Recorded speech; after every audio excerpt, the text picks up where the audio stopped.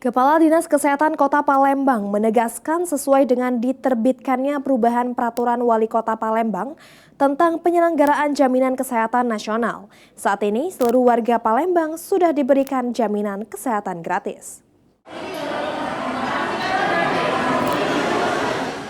Hingga penghujung tahun 2025 ini, pihak pemerintah Kota Palembang terus kebut program jaminan kesehatan bagi masyarakat. Kepala Dinas Kesehatan Kota Palembang, Fenty Aprina mengatakan, sesuai dengan diterbitkannya perubahan peraturan Wali Kota Palembang tentang penyelenggaraan jaminan kesehatan nasional bagi masyarakat Kota Palembang, pendaftaran atau pengaktifan JKN sudah dikelola Dinas Kesehatan Kota Palembang. Dari sebelumnya dikelola Dinas Sosial Kota Palembang. Saat ini seluruh warga Palembang sudah diberikan jaminan kesehatan gratis di kelas 3 atau penerimaan bantuan iuran APBD yang awalnya hanya untuk warga kurang mampu sudah bisa diterima seluruh masyarakat Palembang yang belum memiliki jaminan kesehatan lain.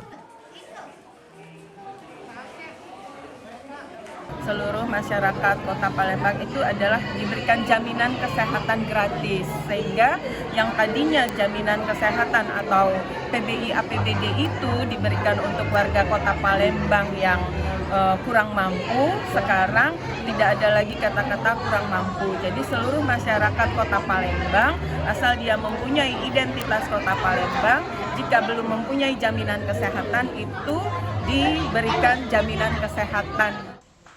Dengan program jaminan kesehatan yang digencarkan pemerintah Kota Palembang saat ini, Universal Health Coverage di Palembang sudah di 102% dengan tingkat keaktifan 87%. Sandi Pratama, PAL TV.